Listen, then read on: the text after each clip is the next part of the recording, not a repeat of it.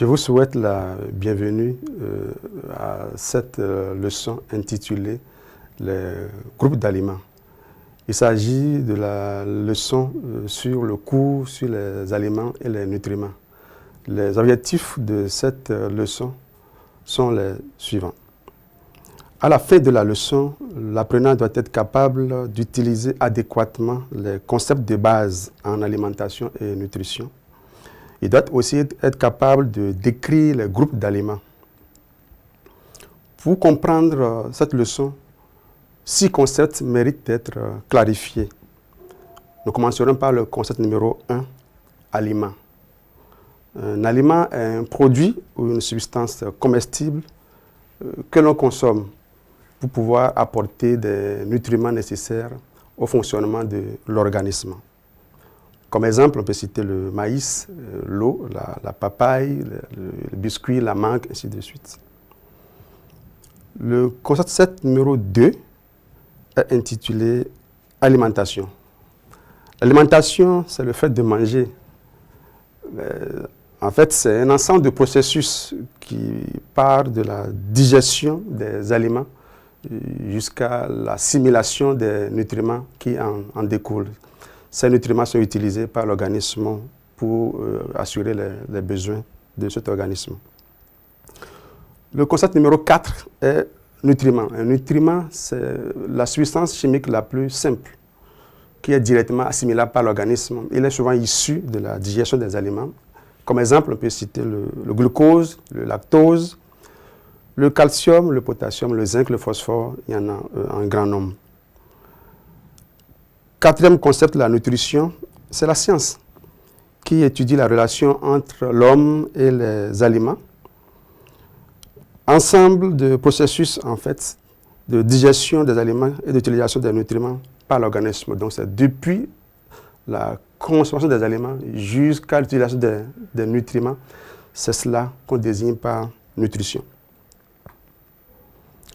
Qu'appelle-t-on groupe d'aliments maintenant? Un groupe d'aliments, c'est un ensemble d'aliments qui se ressemblent du point de vue de leur teneur en nutriments. Lorsque les aliments contiennent les mêmes types de nutriments, globalement, on peut les classer dans le même groupe. Exemple, lorsque nous prenons le poisson, la viande, ils apportent majoritairement des protéines. Et de ce fait, on peut les ranger dans le groupe des aliments qui apportent de protéines. Le dernier concept est relatif à la diététique. Il s'agit d'une science qui a pour objet de déterminer les rations alimentaires qui conviennent aux diverses catégories de personnes. Et ceci dans le but de leur permettre d'être en bonne santé, de se développer, mais aussi de prévenir des maladies ou d'en guérir.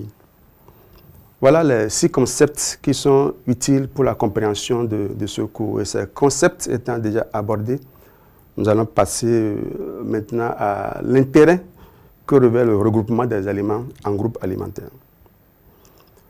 Ce regroupement est fait pour pouvoir fournir des repères aux personnes en termes de consommation des aliments. C'est aussi l'intérêt d'identifier facilement des profils alimentaires qui potentiellement sont inducteurs de carences nutritionnelles ou de surcharge en nutriments. En effet, lorsqu'on connaît les groupes d'aliments qui sont fréquents dans votre manière de manger, on peut savoir si vous êtes exposé ou pas à une carence en nutriments spécifiques ou bien à faire une surcharge en nutriments. Mais soulignons que le nombre de groupes d'aliments dépend des objectifs que l'on se fixe. Il n'y a pas un nombre standard de groupes d'aliments. Par exemple, au Bénin, notre guide alimentaire comporte 5 groupes d'aliments. Au Canada, en 2008, c'était 4 groupes d'aliments. Et en 2019, dans le même pays, c'est passé à 3 groupes d'aliments. Dans une communauté, par exemple, on peut classer les aliments en 3 groupes. Les aliments de force, les aliments d'entretien, les aliments de croissance. Mais ici, nous allons retenir 7 groupes qui sont les plus habituellement rencontrés. Parmi ces groupes, nous allons citer, premièrement, les céréales, les tubercules et les racines. Groupe 2, les légumineuses. Groupe 3, les légumes et les fruits. Groupe 4, le lait et les produits laitiers. Groupe 5, viande, poisson et œufs. Groupe 6, les sucres et les produits sucrés. Et enfin, groupe 7, les corps gras. Nous allons maintenant passer en revue chacun des groupes. Et dans le cadre de cette leçon, nous en tiendrons d'abord aux 3 premiers groupes, en commençant par le groupe numéro 1, qui est celui des céréales et des tubercules. Nous voyons sur cette image les racines, c'est-à-dire le manioc. On peut citer comme tubercule l'igname, par exemple. Nous voyons aussi le maïs comme céréale. On peut en citer le riz, le sorgho, le blé, le mil. Et nous voyons quelques dérivés des céréales, le pain, les pâtes alimentaires. Tous ces aliments apportent majoritairement des glucides. Donc il s'agit de groupes de céréales, des tubercules et des racines. Le groupe numéro 2 est celui des légumineuses. Ce groupe renferme des aliments comme le haricot, nous voyons des lentilles. On peut y ajouter aussi le wanzu, le soja. Ce groupe d'aliments apporte surtout des protéines et des glucides. Le groupe numéro 3 que nous allons aborder est celui des légumes et des fruits. Sur cette image, nous voyons du gingembre, nous voyons de l'aubergine, nous voyons des piments, nous voyons aussi des fruits.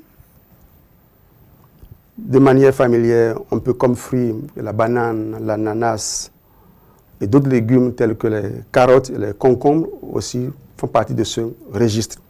Ce groupe d'aliments apporte surtout des sels minéraux et des vitamines. Nous venons de voir les 3 premiers groupes d'aliments. Maintenant, nous allons nous exercer. Il s'agit de distinguer ou d'identifier sur cette image les groupes d'aliments que nous venons d'étudier. Je vous laisse le soin de réfléchir. Nous allons apporter la réponse à la prochaine leçon. Nous venons de voir les concepts importants à connaître en matière de nutrition et d'alimentation. Nous avons vu les groupes alimentaires, en particulier les 3 premiers groupes. La leçon prochaine sera consacrée au reste des groupes alimentaires. À bientôt.